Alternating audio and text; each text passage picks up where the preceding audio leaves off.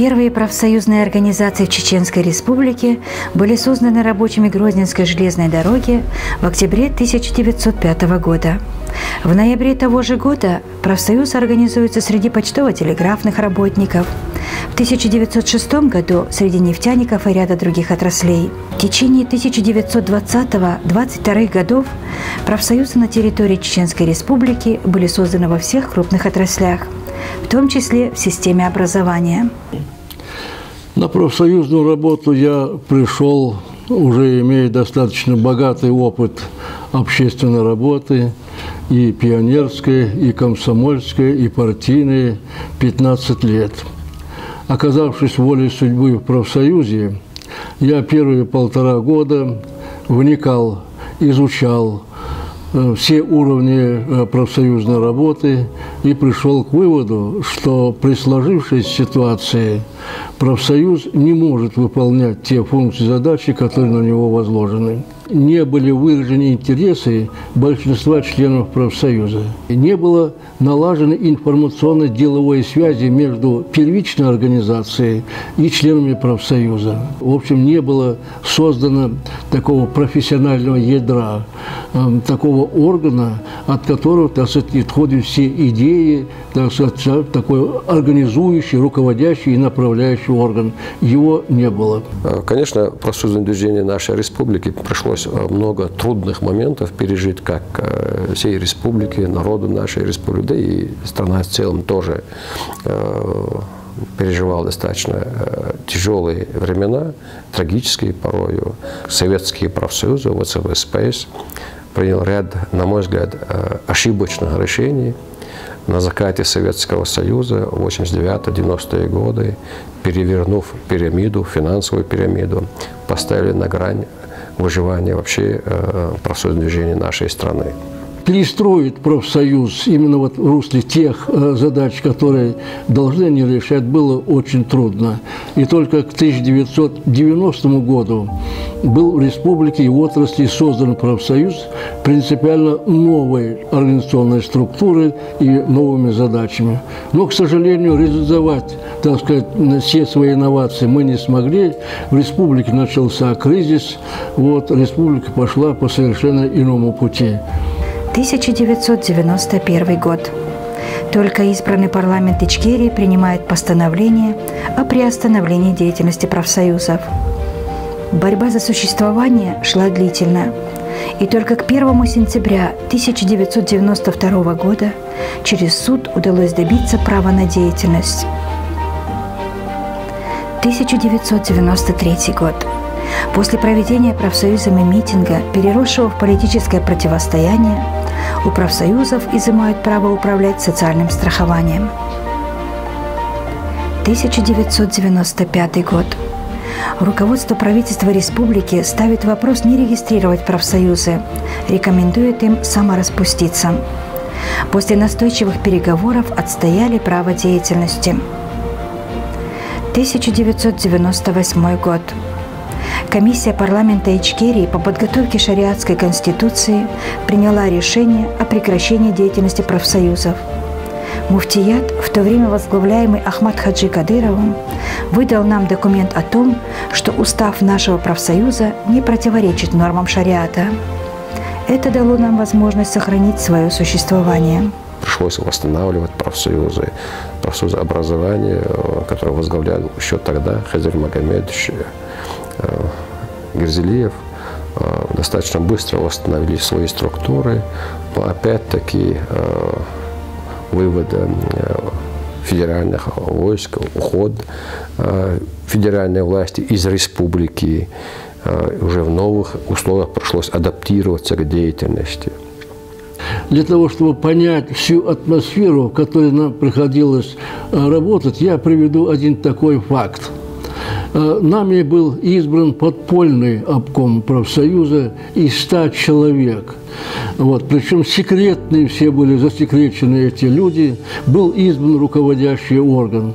Вот в такой тяжелой обстановке мы работали. Но, тем не менее, должен сказать, что даже в этой ситуации нам удалось добиться ряд положительных таких социальных поддержек педагогических работников. Непосредственно в аппарате республиканской организации нас было, значит, Хизир Магомедович, Яха Даудовна, Сидиев Гилани, и Улубаев Султан так вот приходил, тоже был всегда в активе у нас в городе Грозного, значит, в республиканской организации. Зарплаты у нас не было, так как учитель не получает зарплату, и мы, соответственно, не получаем тот взнос добровольный, который учитель нам дает. Ну и мы, конечно, это в принципе, это были те идейные люди, которые не дали сегодня раствориться тогда, в те времена, значит, раствориться организации, где они стали на защиту учителя и ни при каких обстоятельствах не хотели отступать и не отступали. Арсанукаев Волшварк, Мартан Ира Волш, он председатель правительства, он был тогда. Он заседал в доме правительства где-то на 3-м этаже, и вся площадь была заполнена нами. Мы вышли с требованием, 7 месяцев не было зарплаты. Мы вышли с требованием, чтобы нам выплатили зарплату. И когда мы хотели зайти в этот дом, нас не пустили. Но после моей настойчивости я и несколько директоров школ, мы смогли пройти на 3-й этаж. На этаже везде охрана была, и зайти в кабинет к этому Арсанукаеву. Даже он возмутился. Он своих этих охранников поругал. Я подошла к нему, по плечу стукнула. Я говорю, посмотрите на улицу. Эти люди нищенствуют. Вот эти люди вас избрали, эти люди вас выбросят с 3-го этажа. Нам выплатили зарплату. Грозненский район получил зарплату за 2 месяца. Все резко менялось, заработной платы не было. Был клич, если кушать надо, идите в лес, собирайте, значит, шишки, яблоки, старайтесь быть на стороне. Но заработной платы не было. И более того, запрещалось какую-то брать плату, например, даже добровольную, с родителей и с детей. Значит, и учитель бедствовал, очень бедствовал. Времена были такие, значит, и профсоюз, здесь решительные действия были, постоянные ходьбы в правительство, постоянная ходьба в парламент. Мы встретились, наша организация встретилась непосредственно с Масхадом. До этого был накал небольшой. Значит, мы вышли на митинг, на санкционированный митинг. Значит, организовали, значит, штабы в каждых районах, комитеты, стачечные комитеты организовали в каждом районе. В районах были такие вот, действительно, такая гвардия профсоюзная, есть опытных педагогов, которые шли вперед, не боялись. В общем, мы собрались на забастовку. Ну, вопрос решился так, что министр на тот момент был Хусаинов, не помню его имени, значит, он в отставку подал и стал министром. Яриханов такой был, значит, последний министр при той власти. И более контакты профсоюза и министерства стали налаживаться. После этого начались там уже события, связанные, так называемые, со второй военной кампанией. И, конечно же, опять-таки, во время войны ни о какой деятельности профсоюза и речи быть не может. Но, тем не менее, уже в конце февраля 2000 году мы провели заседание оргкомитета в разрушенном корпусе 9-й горбольницы. Создали оргкомитет по возобновлению деятельности профсоюзов. На свой страх и риск начали работать, заниматься тем, чтобы заново уже возродить профсоюзное движение нашей республики, как в отраслях, так и в целом профобъединении. И начиная только с 2005 года, когда мы вошли в состав Российского профсоюза, и когда провели свой первый съезд отраслевого профсоюза, который наметил, значит, активизировать работу по всему фронту профсоюзной работы, вот с этого времени и началась у нас активная профсоюзная деятельность. профсоюза образования, конечно, возобновлением занималась группа наших товарищей во главе с Хазиром Магомедовичем Гюзелиевым. Ему это не привыкает восстанавливать профсоюзы. К счастью, Хизир Магомедович индексацию всем работникам потом с 2000-х годов, эту заработную плату, и также и учитель, он все время верил, все это время работал учитель, что ему эту заработную плату вернут. Ну и, к счастью, вот, не все, но в основном эта индексация, скажем, тот долг, индексации, может быть, и не было, который хотел бы учить, но долг по заработной плате в нашей республике погашен. Конечно же, следующий этап, такой мощный толчок развития профсоюзного движения нашей республики получил, когда в 2008 году Рамзан Ахматович, в то время его должность называлась президент Чеченской республики, он подписал указ по взаимодействию органов исполнительной власти Чеченской республики, администрации районов, городов Чеченской республики, работодателей, профессиональными союзами и их объединениями. Ну, из лихолетия мы вышли, имея 20 тысяч членов профсоюза и 400 первичных организаций. Сегодня наш союз объединяет выше 60 тысяч членов профсоюза. Этот факт уже говорит о том, что профсоюз динамично развивался, вот, пользовался авторитетом среди работников образования.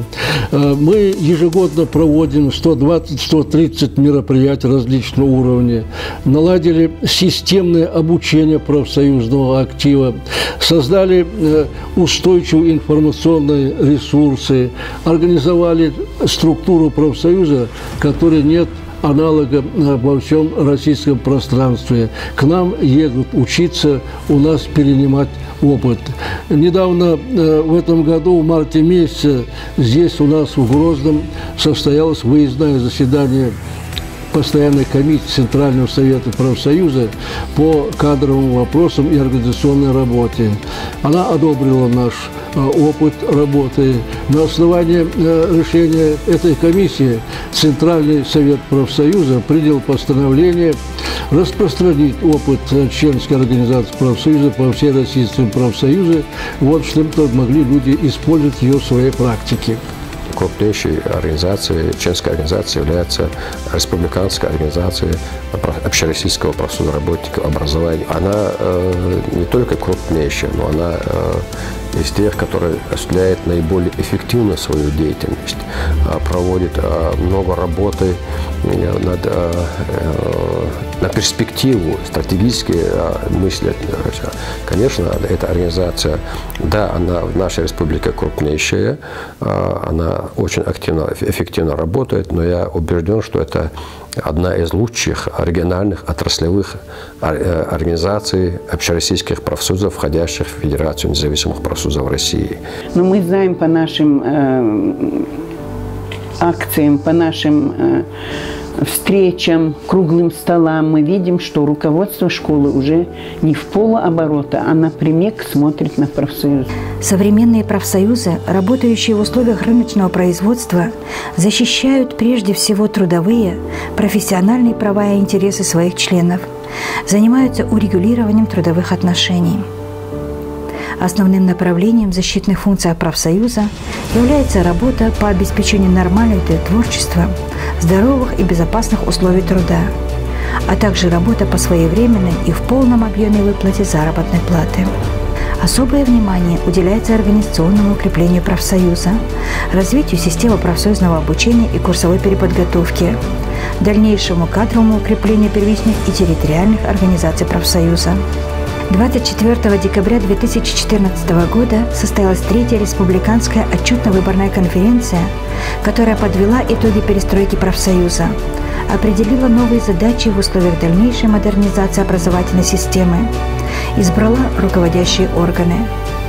Председателем Чеченской республиканской организации профсоюза вновь избран Герзелиев Хазир Магомедович, который с 1981 года бессменно возглавляет отраслевой профсоюз. Ну, профсоюз в будущем и в настоящем мне видится прежде всего единым, сплоченным, способным решать задачи, связанные с улучшением материального и социального положения членов нашего союза.